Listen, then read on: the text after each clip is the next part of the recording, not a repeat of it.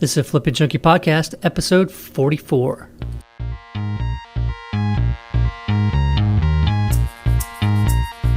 Welcome to the FlippingJunkie podcast. My name is Danny Johnson, former software developer turned house flipper, flipping hundreds of houses.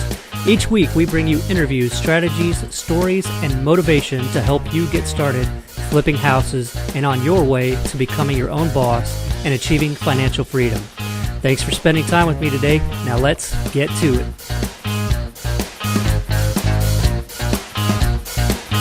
All right, got a great episode today. We're going to be talking some more about direct mail for real estate investors.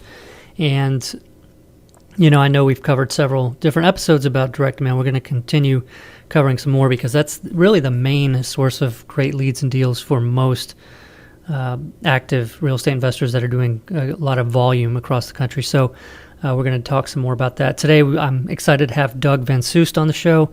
He and his wife are flipping houses in California, and then also podcasting at Spouses Flipping Houses is the podcast at spousesflippinghouses.com. And, their relationship with flipping together as spouses is really similar to Melissa and myself, so I'm really looking forward to this interview, and I think it's going to be a great show. Now, Doug was born in Colorado Springs, Colorado, raised in Carlsbad, New Mexico, and after high school, he ventured west to the sunny coast of Southern California. It was there he met his beautiful wife and bride, Andrea, who happens to share his entrepreneurial spirit. Now, as newlyweds, they ventured back to Colorado, started Mountain High Concessions, which was a Kettle Corn vendor for special events and sporting concert venues. Mountain High Concessions became the first kettle popcorn vendor for the Denver Broncos at Mile High Stadium. It's a pretty big accomplishment, and they were itching to get back to SoCal, and they sold the concessions company and got started in real estate. So, fast forward 16 years and 3 kids later, they're the proud owners of one of Southern California's largest wholesale real estate purchasing companies, and they operate the business together along with their incredible team. And over the past decade, Doug has worked as a California certified residential appraiser from 2003 to 2010. And since 2008, he and Andrea have purchased and sold over 250 properties in Southern California. They manage their in-house rental portfolio as well. And Doug had mentioned to me that, the majority of his leads are coming from direct mail. So we're going to talk with Doug about that. He also said that 1/3 of his leads and deals comes from his website. And if you don't have a website out there or you have one that maybe it's not working so well, check out leadpropeller.com. That's our real estate investor websites that takes all the experience that I've had in the last 13 years flipping houses and getting leads online is put directly into those websites. And we stay on top of everything. Things change pretty quickly. And at Lead Propeller, I'm staying on top of all that because obviously I'm generating leads on my website and I've got to stay on top of it. And so you get the benefit of all that research and study and testing right in those websites. So check out leadpropeller.com. And we're going to go ahead and just get right into the show.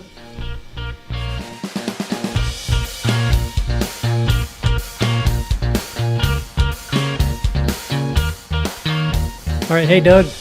Hey, how you doing, Danny? Oh, pretty good. Thanks for being on the show. Of course, man. Pleasure. Thanks for asking me.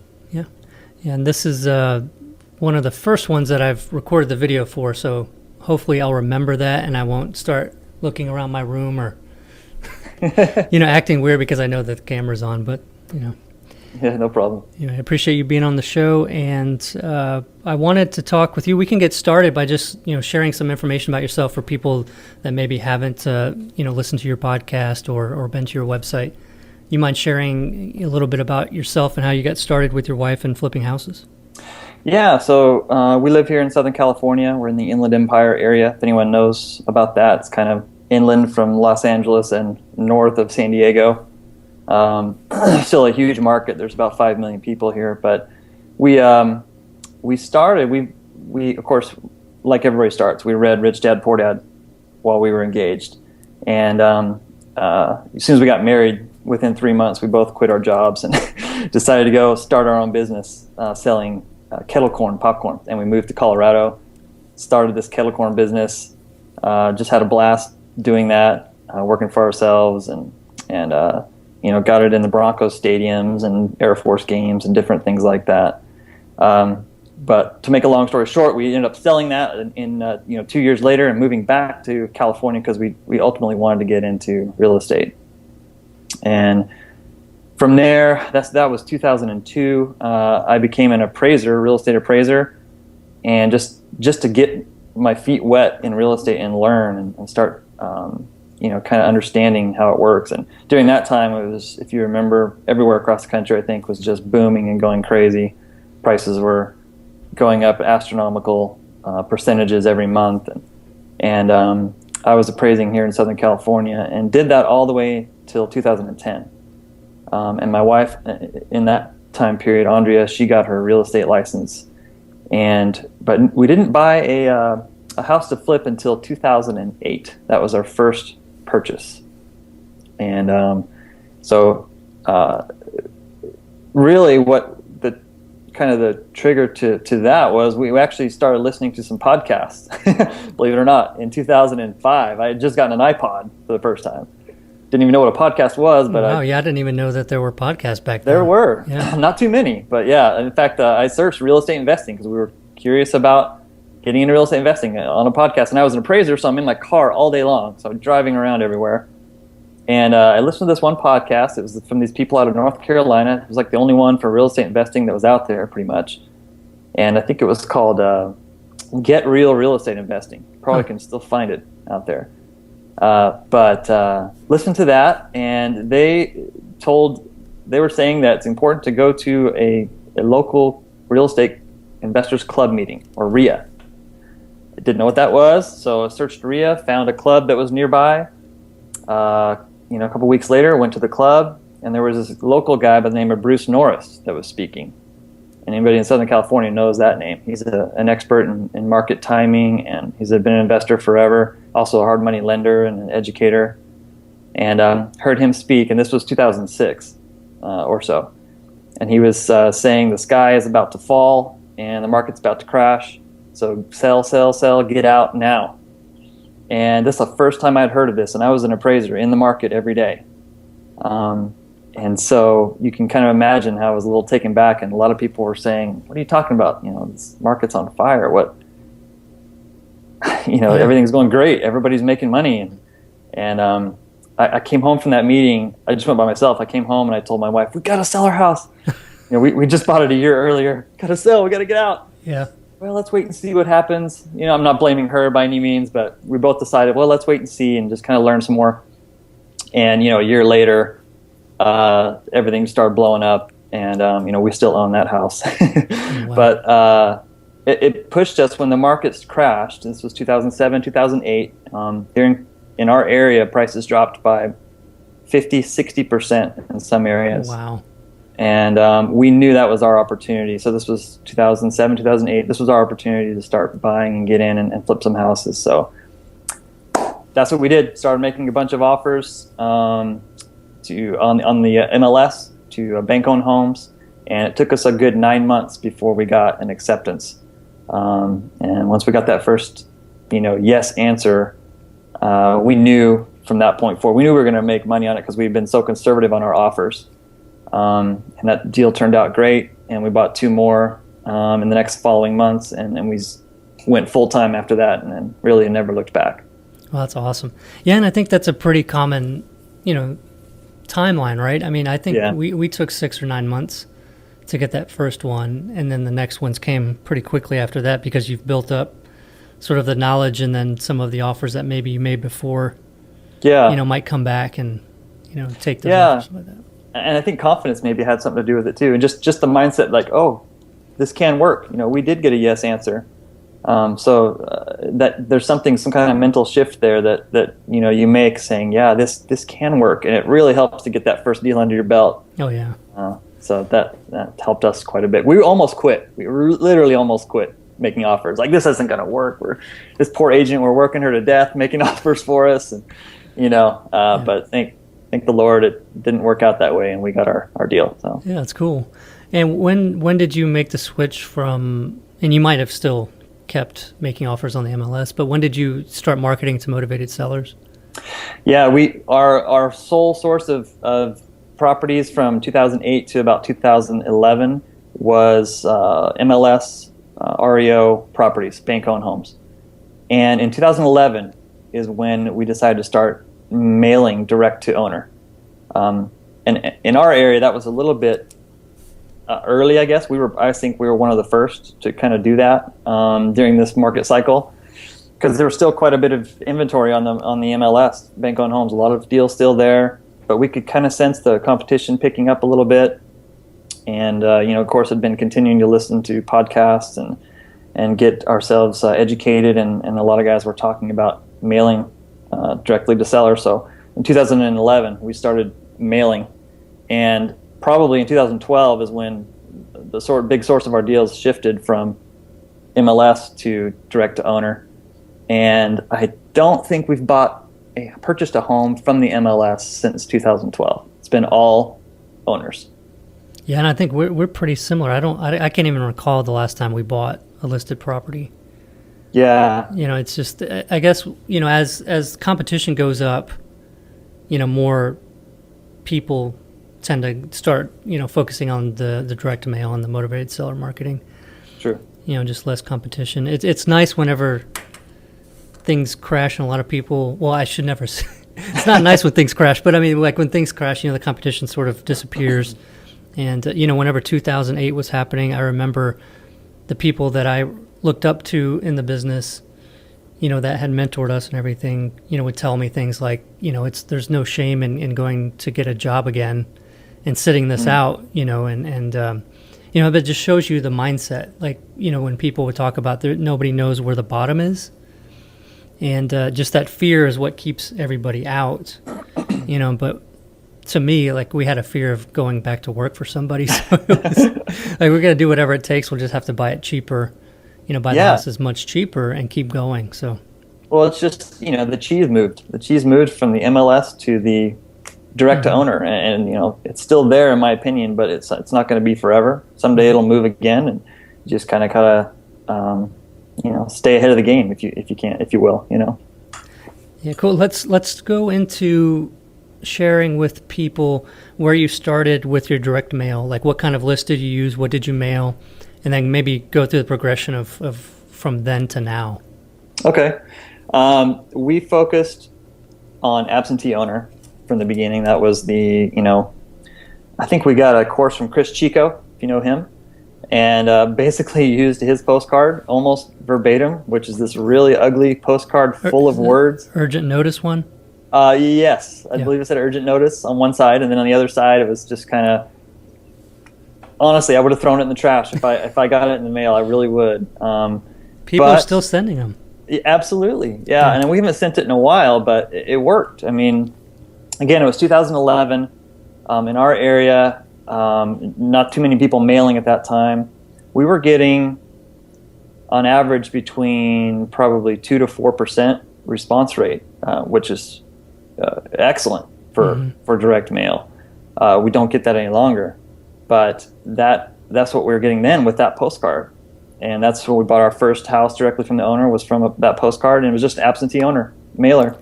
Yeah, and so that postcard basically, like a lot of postcards that people send, is just basically, I think it was like urgent notice, and had the, it was a mail merge postcard, so you have the address somewhere on that postcard, so people would think, oh, what is this, some kind of notice for this property I own, I better read it. Right. Was how that one worked, right? Yeah, and I just did the black and white on white paper, cheapest we could go. You remember what size, like the 4x6 or something? Yeah, I think it was like 4x6 or 4.5, 3.5 by 5. I don't know what it is, but it was a small one. It was the cheapest, and then we could do the most that way. That's all it was, and it basically just gave the message that, hey, I'm a cash buyer interested in purchasing homes.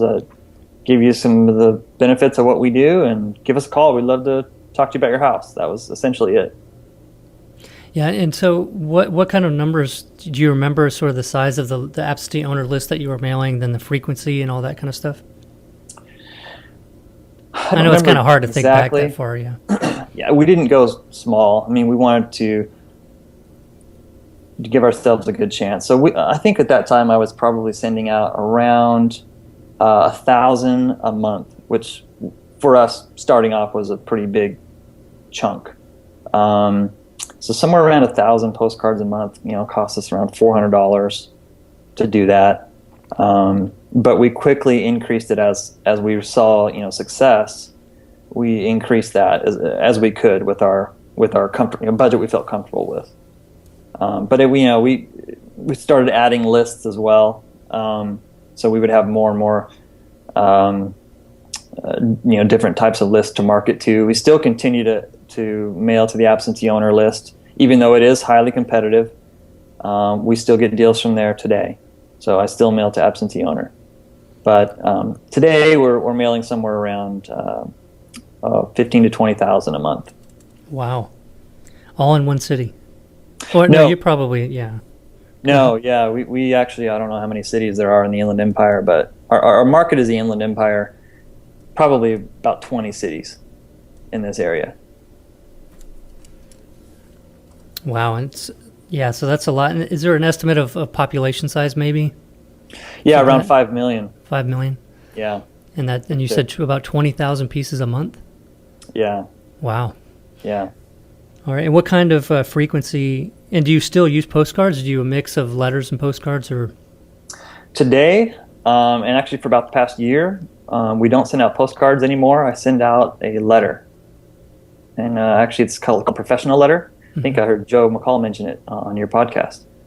The postcards still work. I'm not saying they don't work, but we've kind of progressed I say progressed, but we've changed it up a little bit in our marketing message and kind of how we want to present ourselves to a seller. So we started with Chris Chico's postcard, and then we kind of went to yellow letters for a long time. When the yellow letter was kind of new, or at least as far as I knew it was new, and not too many people were sending this. And we got a great response from that. We would get a lot of just curiosity calls and a lot of people angry and take me off your list, but a lot of response from those letters. But maybe 2-3 years ago, a couple years ago, I started noticing, I get mail too from investors, and I like to pay attention to what I'm getting and what everybody is sending out there now. And everybody is sending the handwritten yellow letter style, not just letter, but postcard. And so we wanted to kind of stand out and be a little different. So we've sort of branded ourselves. We're Southern California Homebuyers, SoCalHomebuyers.net is our website. And we wanted to kind of make a little bit more of a professional, I guess, impression. Our response rate isn't great, but I'll tell you that our angry calls have gone way down, and our conversions are still the same. So I don't really care so much about if I get 3 or 5% or 1% response rate. I want to know how many deals are we buying from the letters, and that has not decreased at all. So yeah, that sounds nice. So you kind of got rid of the problem stuff and the time-consuming interruptions, right? But get the same amount of deals though, so that's really cool. What do you think is a driving force behind the change? Do you think it's more of people not feeling like it's a scam or having that fear of like, what is this all about? Yeah, so started noticing we were getting comments. We get a lot of angry calls, and mostly I just laugh at them, and I save some of the real funny ones so we can have a smile on a rainy day. But there were some consistent themes, like people were saying, "Who are you?" I don't see any. I don't see any logo on here. I don't see any website I can go to. How do I know who you're real? You're just scamming, And that type of message was coming back through some of our angry calls. I don't want to discourage people. Very few percentage of people will call and chew you out, but there's some people that have nothing better to do. Yeah, you got to be ready for it, right? You got to be ready for it, and just don't take it personal. But through that and some other things, we decided, we're going to change our approach and be a lot more transparent. Like, look, this is who we are. Here's our website. Here's our address. And I put a picture of our family on there. Here's my family. We are a small company. I just tell it how it is. We're a small company here locally. We buy and flip houses in Southern California. We're typically looking for this type of house and this type of situation. If that's you, call us up. And so it's a lot more, there's nothing hidden there. It's pretty clear. Right. Right. Yeah, and I think that's a big deal because, for most people, so you have the people that are intrigued. It's like this regular Joe wants to make an offer to buy my house because he likes it or something. From the yellow letters, those ones And then, the two perspectives. So you have somebody that's thinking in terms of that. It's just somebody that's, wanting to make an offer on my house just because they drove by and they liked it or something. Even though it's weird, they'll still call and be, okay to get an offer. But then you have, I think, where it's, obviously depending where you are and what the price ranges of these houses, things like that. But then you have, I think, a bigger portion of the population that gets a letter like that and immediately puts up their, defensive wall. The BS meter's like pegged, and they're trying to figure out. And I don't know if I've shared it on the podcast before. I might have. Where I started noticing traffic to my website from this bass guitar forum, and I was like, why are all these people coming to my website from this bass guitar forum? And so I went and I did a search for Danny Buys Houses on that guitar forum, and I found the post. Well, a guy had received my yellow letter, and instead of calling me and asking me what it was about, he was making all of these assumptions and putting up all this stuff on this forum that he goes to a lot to see what his bass guitar buddies could make of it. So they were all trying to figure out what it was all about. And, some of the guys were saying, I did some research and this guy's an attorney and all kinds of stuff. I'm not an attorney. But nobody bothered to just call, and find out. And finally, some other investors, I guess, that also play guitar, told them, hey, they're just checking to see if you want to sell the house. That's all there's to it. Right. Like it's not a trick or a scam, so. Like you said, people's BS meter is high these days, and maybe rightfully so. Mm-hmm. So, and they're, when they're getting, at least in our market, they're getting probably at least 2 to 3 yellow letter style mailings a month. That, it's not so unique anymore, and they kind of figure out quickly that this is just a marketing ploy, not somebody who actually just drove by and wrote my address down, right. Which is what the yellow letter is designed to implicate. Right. So, and I'm sorry, but the ones that are printed to look like handwritten, come on, like, I don't know. I don't know that they'll ever perfect that. I don't know. I know I did it too, but I don't think, I don't think that they'll ever really get that right. I've never seen one that was really convincing enough.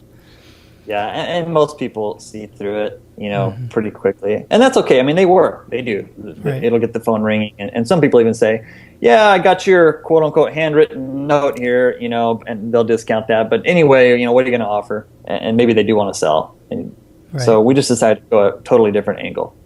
Yeah, so do you mix it up at all, or do you send the same, business-type letter several times to the same list? Right now we're sending the same business-type letter to the same list, yeah. And our frequency is about around 4 times a year, so once a quarter. We try to hit the people on our list. I don't know if that's the right way or wrong way. I've heard so many different opinions on that. I think that, to me, that the real important thing with direct mail that I've learned, 5 years doing it, is consistency. Don't just mail once. I think probably 50% of getting response is what you're mailing and what's in your mailer, but the other 50%, in my opinion, is timing. Right. And just catching somebody on that day or that week that they happen to have an eviction, or that, got a quote that they need to have a roof replaced, or lost their job. I mean, there's so many different reasons people sell, but those are some of the common ones. And just being inconsistent improves your chances of getting your message to that seller at the right time.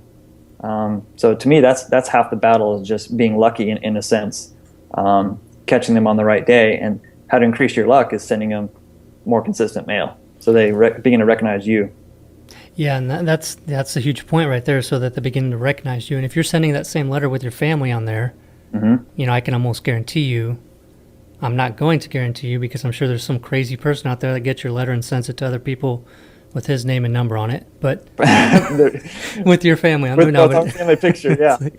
No, but we've had that happen on our website, by the way. Oh, I've had my entire website completely copied. Yeah. Anyway, it's just insane. Yeah. But anyway, okay, so yeah, it's just crazy. They do it with your rental houses, on Craigslist. You'll see your same different price, and then we saw our website with our faces, our property photos and videos on there. Totally different name. You just got to watch out. yeah, it's insane.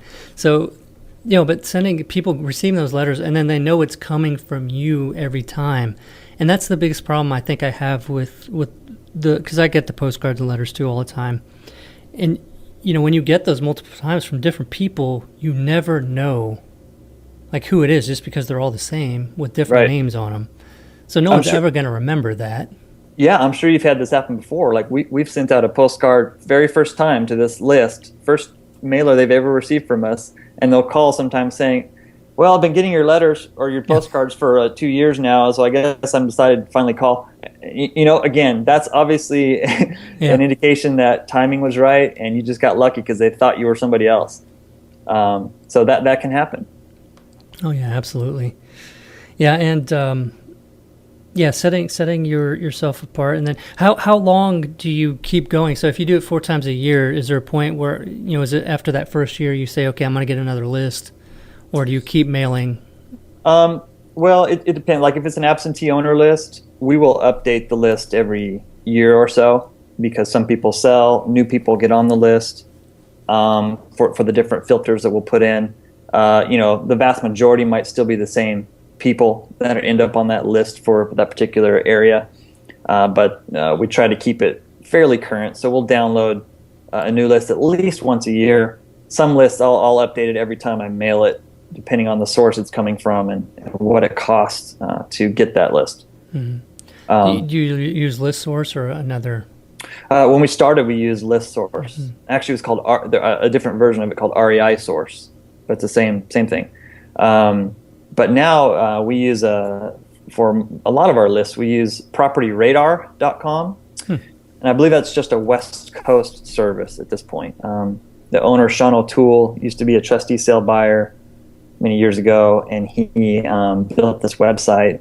But I believe it's California, Nevada, Oregon, and Washington only. Maybe Arizona, maybe at this point. But it's a good source, monthly subscription, and you can download up to like 20,000 downloads a month, and it's good CoreLogic data.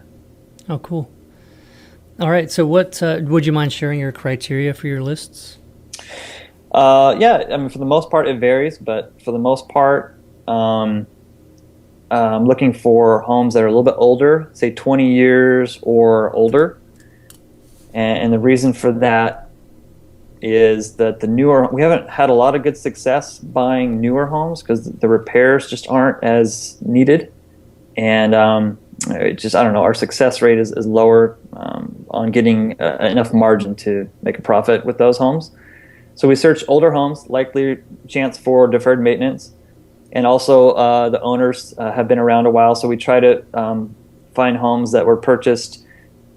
Right now I'm searching no more recent than like 3 or 4 years, actually.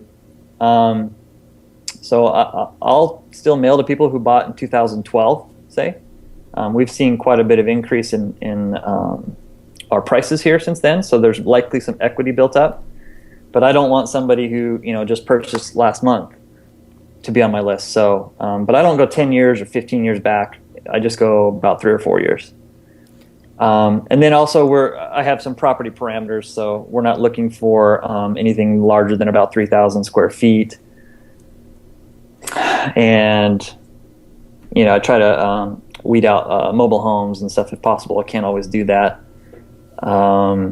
So that's really it. I'm not, some of the lists, depending where you get them, you can sort by equity. They have an estimated equity. So I'll put in that. I want, 50 to 70% equity depending on that area or more. But if your list provider doesn't offer that, you may have to change it up a little bit. You might want to go 10 years back from the last sale date so that there's at least a chance of that person having some equity built up. Okay, so it kind of depends on your source. Yeah, so you were saying if they bought, from 2012 or earlier, you're probably going to want to make sure that you can also filter by equity. Right. Yeah, because 2012 or earlier, they could have purchased in 2006, which in my area they still won't have equity if they do that. At least if they got a loan. Mm-hmm. So there's double filter. I also have an equity percentage filter in that case. Cool. And what do you do anything other than absentee owner? Yeah, we mail to the inheritance list, if you've heard of that. And that is US Leads Lists or USLeadList.com. I'm not sure which one it is, but Yeah, I'll try to find which. Yeah, I'm not sure either, but I'll include that on the show notes page at flippingjunkie.com/44. So I'll include that. I think it's U.S. Leads with an S list. Okay. But I'll make sure and put it on there. That's a pretty good list for whatever they do. They get, properties that were inherited. And we also do probate mailers. So we've been mailing to probate in our area for a while. I think that they actually hired people to do the probate for U.S. Leads list, because I think I've met people that worked for them down at the courthouse doing that. That's very possible, yeah. And so I said, I would just tell them, hey, how much are they paying you? And I'll give you, so much for it, and just filter it a little bit more than you filter it for them. So you get the better ones. But you know that they're still getting them too and selling them to other people. So, but anyway. Yeah, I think they limit it to like 3 people per zip code or area. Oh, okay. Yeah, so that, at least they limit your competition a little bit. Mm-hmm. Yeah, and it's a lot of work, at least here, to go down and get them yourself. It is. We have a probate mail service. We don't do it ourselves. I would recommend, if you can have your own person in-house down there getting the info for you, that's probably a good way to go. We just never have gone that route. Yeah. So is that service that you're using just local to your... Yeah, it's local to Southern California, I believe. Probate Fox is who we use for probate. Yeah. Okay. There's some other ones too. I think U.S. Probate Leads, maybe. I've used them before. I think they're more national. Okay, U.S. Probate Leads. I think. And I'm sure. I guess nowadays, if you just do some searches for your area, there's probably everybody's area. Yeah, there's probably local guys that are. If you're in a bigger market, there's probably some local providers that I would recommend looking at them first. I've always liked probate, but it seemed like the last few times that I've tried to mail them, I don't know if it was just too much competition. Have you been getting good response from your probates? I wouldn't say the response is real good. Conversion rate is great. Yeah, well, we really go after them. So we send them a series of about 7 letters, and we call them. We try to call the personal representative, and we do a lot to reach out to them, because it is a very competitive list. They're getting about 30 mailers and from agents, real estate agents usually. So we're not offering to list their home. We're trying to make our message very different, that we're looking to buy your home. And we also don't have a huge amount of the probate leads every week that come in, so we're able to go a little bit higher. We do a first class mailing to them. Oh, and so you don't send the other letters first class? No, we don't send the professional letter. No, mm-hmm. Actually, we use yellowletterhq.com. Great service, by the way. Lowest price yellow letter and professional letter that I know of online. And Todd's a friend of mine, and got a great company there in San Diego. But it's standard mail, but it's a live stamp. Oh, cool. And it's not that normal one that's kind of a red, white, and blue. It's actually, there's a little different color to it. So a lot of people may not even know that it's not first class, because it looks to me like a first class letter when it comes through. Yeah, and that's the important thing, is having that live stamp on there. It looks like somebody took the time to do that, right? Yeah. So I really what kind of cost are those? I guess it depends on how much you're mailing, right? But yeah, but I think if you do 1,000 or more, it's 55 cents, and that's a letter with a live stamp on it, folded and stuffed and everything. Folded stuff. That's cheaper than I can do it in house. Yeah. So now the caveat, at least right now, is it's a window. So it's a window letter, meaning that the address shows through. But you can have that address, handwritten in the handwritten font. And also, if it's a yellow letter, then you've got the yellow line paper showing through too, and that looks a little different. Oh yeah. Cool. So that's what we do. Do they let you use any other fonts if you have a special font? Do they allow? Yeah, he'll do a custom letter if you want to. I think there's a fee maybe to set it up, the template initially, but they'll work with you, and as long as the font works with their printing system, I think you can do that. See, that's pretty cool, because I think there's some websites that you can create your own font with your handwriting. There are. I've done that actually. We used to did send it out work letters. out? Did it work out? I think it's called myfont.com. Is it? Yeah, I mean it still looks a little bit like yeah, where they join, right? Where the letters join and stuff. but it looks pretty good. And it's if you want your actual handwriting on there, you can do that and create your own font. Yeah, mine's horrible, so it just looks like a jumble of mess. I don't know. All right. But okay, cool. So you do the absentee owner, some of the probate, inheritance. Now, is the inheritance list, it's different than the probate? It is different than the probate. I couldn't tell you exactly why. It's inherited properties, and it all not just all inherited properties go through probate. So there's however they find them, through trusts that transfer, or their various means. I really don't know how they get the leads, but there's quite a bit more than I would get just through my probate provider. Interesting. And yeah, so far they all seem to be inherited properties when they call, and that's specifically what they're selling. They say is an inheritance list. It's a good list. We've been mailing that one since 2012. Have you checked the county records for some of those property lists to see if the owner name has like a state of or something like that? No, I haven't. I haven't really gone into that. I wonder if that's one of the ways that they. Anyway, yeah, I could get into. My brain starts working on all this stuff, but yeah. Okay. So those and any other lists that you like mailing to? We've been mailing to owner occupied lately. Now you talk about getting a low return as far as call rate. That's probably the lowest. But it's also, not a lot of people are mailing to it for that reason. Right. And you're obviously you're going to have the right motivated situation. But the call rate's really low, but we still have gotten some pretty good deals from that. Cool. Are you including age in the criteria for that, or no? I'm not. Same criteria that I would use for absentee owner. We're applying to that as well. I would prefer an older home and somebody who's lived there for quite a long time. Probably have a higher likelihood of being able to purchase that property. But there's always, every time we buy one, there's always some underlying motivation. Just as with any home we buy directly from an owner. I mean, we don't, we come when we talk to these people, we come from the approach of, let's talk about let's get real. What's going on with your situation? What's going on with the house?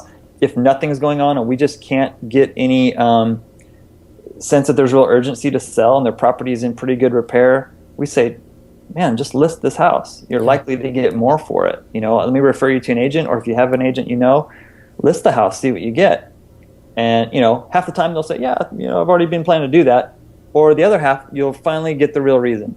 They might say, well, we don't really want to list the house. We don't want people trudging through our house, or we don't want the neighbors to know we're selling, or maybe you find the real reason at that point. So we're looking for a win-win. And, if it's not a good scenario for them to sell to us because we just can't give you the price you're looking for, that's usually the only reason that wouldn't be good for us to buy your house, then we'll refer them another direction. And sometimes we then get the real reason. Yeah, and it's really respectable to do that too. And honestly, I mean, you can't be so hungry for a great deal that you're willing to, not let somebody know about an option that they have. Yeah. If that option is there, and we've done it in the past too, it's like, why are you selling? Yeah. In this way, why don't you list with a realtor? House is in great shape. You'll get more money. The market's pretty hot. And I think they've already thought through that most likely anyway. Right. And so they appreciate you being willing to advise them on that. And so, yeah, it's just the way to be, so. Yeah, we definitely feel that's good, the best. Good to hear approach. that you do that too. Yeah. What else do you have? So you don't send any postcards at all anymore? It's just strictly letters? Yeah, we don't send postcards anymore. We do send postcards on in a follow-up mailer.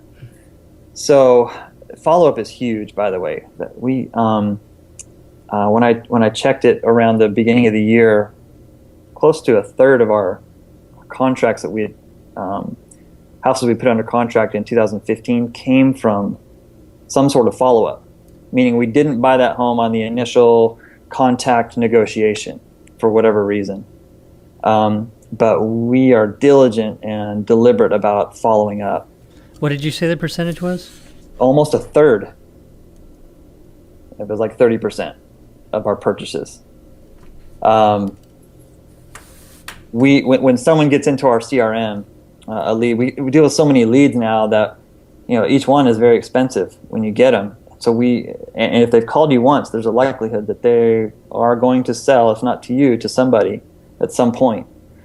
So we want to stay in front of their mind and in their eyes. So if we can, we're capturing their email, and they're going on an email drip campaign.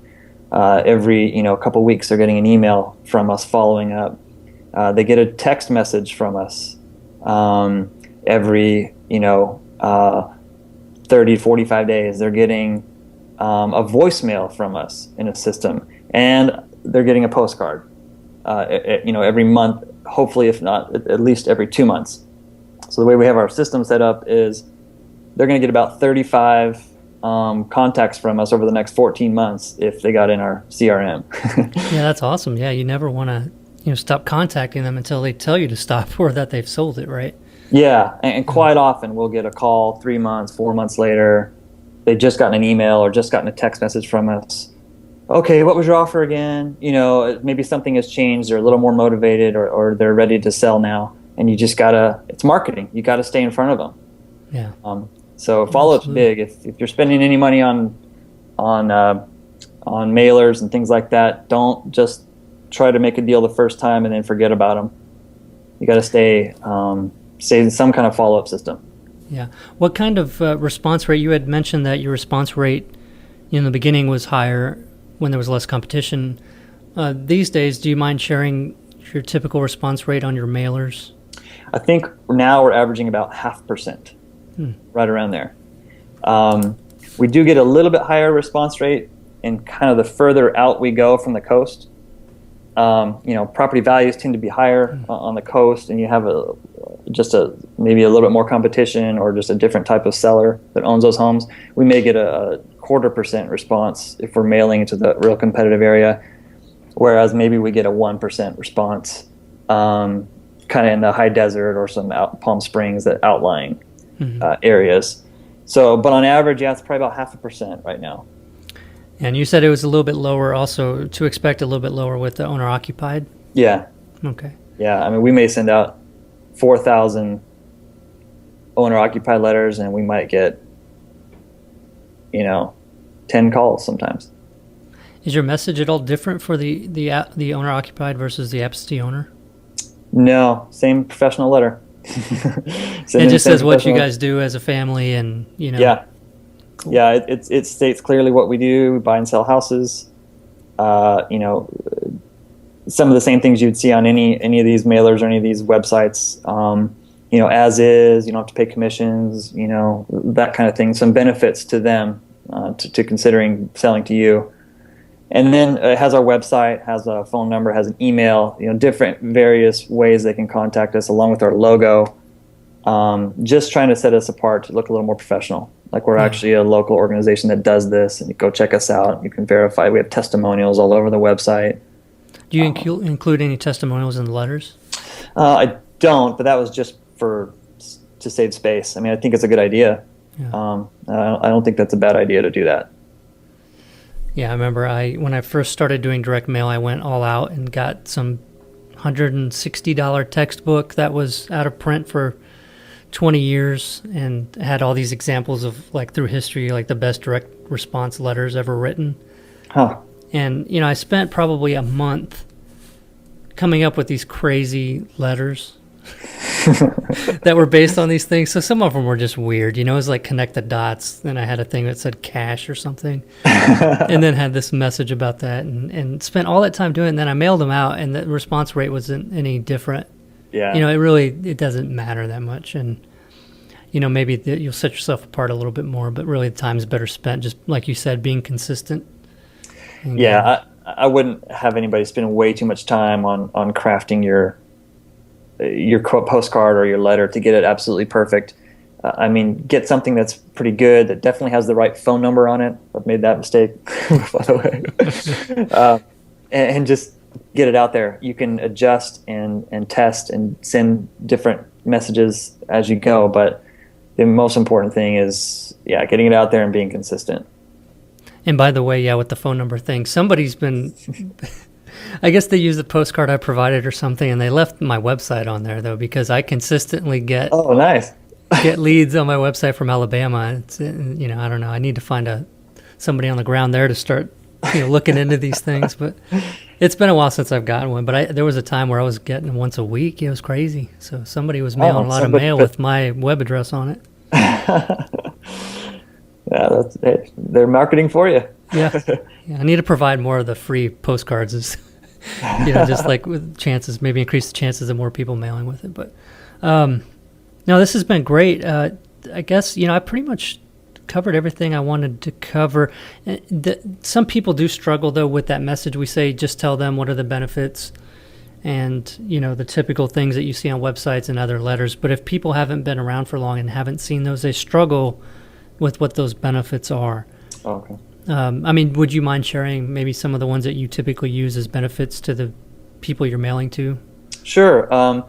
When I try to think of benefits, and you try to put yourself in their position, why would someone want to sell their house to you versus just selling it on the market? And what are some of those things that would cause them to want to sell it quickly, or without the normal process of going through an agent?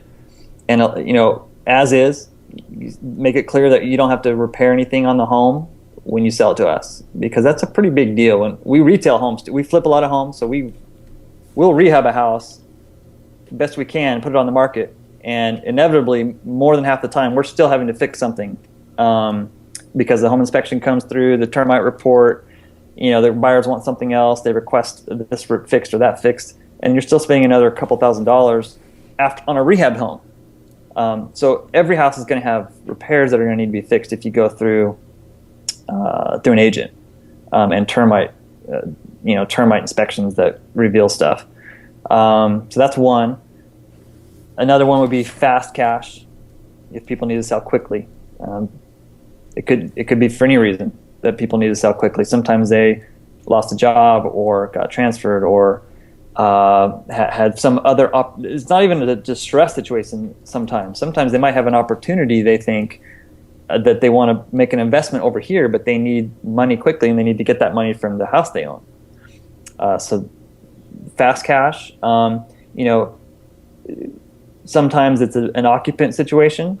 Maybe the tenant is bad and they can't get them out, or there's a family member living there that they really don't want they don't want to have to be the one to tell their niece that they can't live rent-free anymore and move out. They just want to sell the house to somebody else and let them be the bad guy and deal with it. It's amazing how often that happens. It's very common, very common. So stressing the fact that we'll take it with the occupant no matter what the situation is. Things of that nature. What's another one? No commissions. Obviously, we'll pay all your closing costs. You have to educate them a little bit too, because a lot of those people have not sold a house recently or ever maybe. They're unaware of what it costs them to sell a house through an agent. So you explain if you have room in your marketing, or at least when you talk to them, you can explain the commissions to the agent, the title fees, the escrow fees, termite inspection, and whatever repairs come out of that. You start adding those up and it gets to around 10% or more of the price of the house. Mm-hmm. So they save all of that. Plus the hassles. Another one, just the big one, is the hassle and headache of going through listing your home, hopefully getting a buyer that can hopefully get qualified, hopefully the house appraises, hopefully the lender doesn't drop the ball, hope all these things go right in order for them to sell the home. And we speak from experience that, listen, we sell houses all the time. These things fall out of escrow all the time. You just don't know who's on the other end when you get into a contract with somebody. So if you can provide cash as is quickly, that's a benefit to people. Yeah, and I think that's a bigger fear than a lot of people think, is that, once I agree to do this, is it really going to happen? Right. Yeah, and instilling confidence in them that you will close. You do this a lot, and you have to speak from confidence if you're going to convince them. I mean, you have to believe that yourself. I'm not the kind of investor that advocates just get everything under contract and then hope that you can find a buyer to wholesale it to, or hope you're going to close on it. No, I mean, we intend to close on every one of these transactions. Even if we're going to wholesale it, if we can't find a wholesale buyer, our intention is, okay, we're going to close on it ourselves and do the deal because it makes sense. So obviously you have to have that mindset going into it. And if you're speaking honestly and truthfully and believe that, it will come across. Yeah. And that just ties in perfectly with how we open this up with, when you get your first deal and then you get the next one and the next one so quickly after that, it's most likely because of that the mindset shift. Yeah. And, the confidence that comes with that. And it just it shows, and people are looking at that whenever they're talking to you. If you feel like you're really unsure, it's going to be tough. And that's why that first one is so hard. Yeah, and there's different selling techniques out there, and a lot of them work, but I'm just not a fan of the pressure close, the, you need to give me an answer in one day because I'm looking at 10 other houses, and I've only, putting that kind of undue pressure, sometimes that can work, and I'm not saying it doesn't work, but that's just not how we operate. I don't want someone selling me that way, right, when they're selling anything to me. So we just approach it from a more of a professional angle, and like, look, this is our offer. This is what makes sense for us. Hopefully it makes sense for you. Let's work together. Yeah, because you think about it from their perspective. If they get an offer from several people and you have the soft close and you just say, look, this is how, it's got to work for both of us. This is a number that works for me. If it works for you, great. We can move forward and you'll know that it's a done deal. Yeah. And then you have somebody else that comes in and, like you said, says, I need to know within 2 hours. Right. Because I'm looking at all these, I'm buying lots of houses. You got to let me know or else I'm just not going to be able to do it. And then, they're talking about it afterwards. Everybody's gone. They're talking about who to accept the offer from. And, they're going to most likely have been rubbed the wrong way by that guy. Right. And want to work with you. And I don't know how many times we've gotten calls where people wanted to sell their house to us, even though we offered less than somebody else, just because they liked us more. Right. Yeah. When you build rapport with someone, which is key, and really genuinely care about solving their situation, their problem, whatever it is that they've got going, and come across as trustworthy and someone who's going to do what they say. Yeah, that speaks volume. And money is not. It's not. You might think that that's the sole motivation for a lot of these sellers, but it really isn't. Getting the highest price isn't always, sometimes it is, but it isn't always the number one factor on who they're going to sell to. They want, they want to know who they're selling to, that they can trust them, that they can kind of relate to them, that person cares, and that they can kind of get on board with you and what you're doing. We don't hide the fact we're an investor and we're looking to make a profit. I mean, that's not hidden anywhere in any of our messaging, whereas some people may try to skirt around that. So I think there's something to be said about that. And again, there's lots of different techniques to be taught for selling, quote unquote. And I know that other angle is taught quite a bit, but for us and the kind of the culture of our company and for me personally, I don't like the pressure sales. So we definitely take the soft approach. Now, that being said, we do say, listen, I know you're going to be getting other offers. You've probably got 4 other appointments. Please give us a chance. If you get a higher offer, let us know. We'll see if we can come up and beat it. If not, we can't. But you do what you can to try to still stay in the game if you have a little room in your numbers. But yeah, and if you know that they're getting other offers, don't wait for them to call you back. Be following up with them sooner too. Yeah, definitely follow up. Mm-hmm. Very important. Yeah.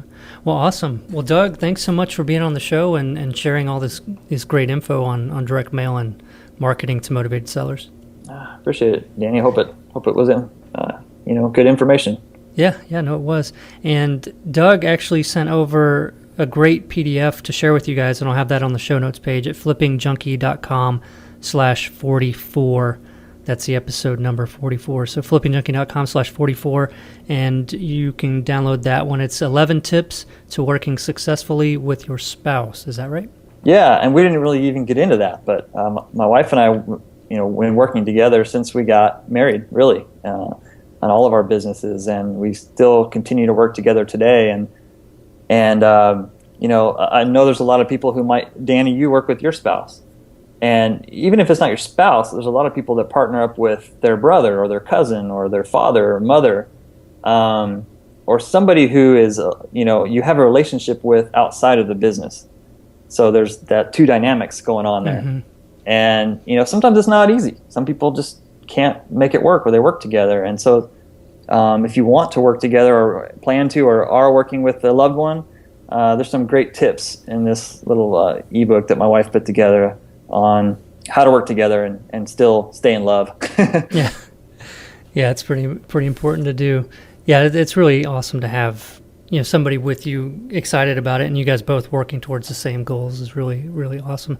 And when you can include them and get them involved, it just changes everything. Yeah, it's huge for us. I don't think either one of us would be doing this if the other one wasn't completely 100% on board with it. So for those people who do it solo without the support of your spouse, kudos to you. I don't know how you do it, but yeah, it's important.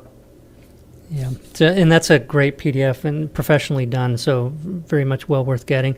And is there any way that anybody out there listening, if they want to get in touch with you, how can they best do that? How can they find you? Yeah, we actually have a podcast as well, so we'd love to have anyone who wants to listen.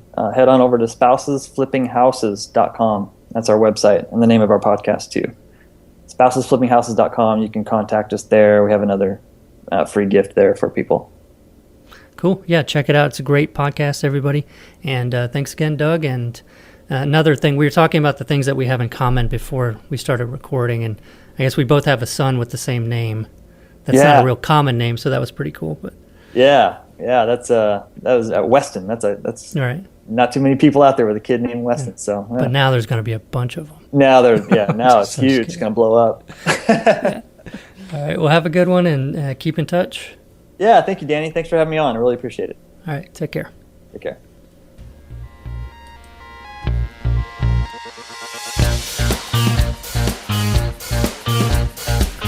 All right, another great episode. Thanks to Doug for sharing all that helpful information. Be sure to check out his podcast and go to show notes page at flippingjunkie.com/44, where you can get that PDF download for working successfully with your spouse and flipping houses and real estate investing.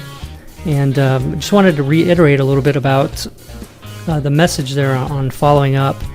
And when you get a lead, you spend so much money to get those leads that you just got to keep staying in touch with those sellers until they either sell or tell you to stop, calling them and contacting them. And it's one of the main reasons why I created REI Mobile and use REI Mobile ourselves in our business to keep track of our follow-ups of all these people, because as you start to get so many leads, it's very difficult to keep track of all these follow-ups and keep track of all the notes and everything that you've recorded for communications and stuff like that for all these leads. So check out reimobile.com. That's the exact system that I use, and you can get an account there and work with team members and assign tasks using our deal flow engine, all that kind of stuff. Very cool. And regarding the follow-ups, we're actually working on some new technology for the follow-ups to leverage some other means of contacting people and setting up and automating these follow-ups. We'll be releasing those very soon. It's going to be very cool, doing some drag and drop kind of stuff to set these things up. And I can't wait to show you guys. But you can get started already. We got a lot of cool stuff in REI Mobile. A lot of people really loving it. And if you haven't checked it out, go to reimobile.com. You guys have a great week, and we'll see you next week talking about some more marketing to motivated sellers. And have a good one.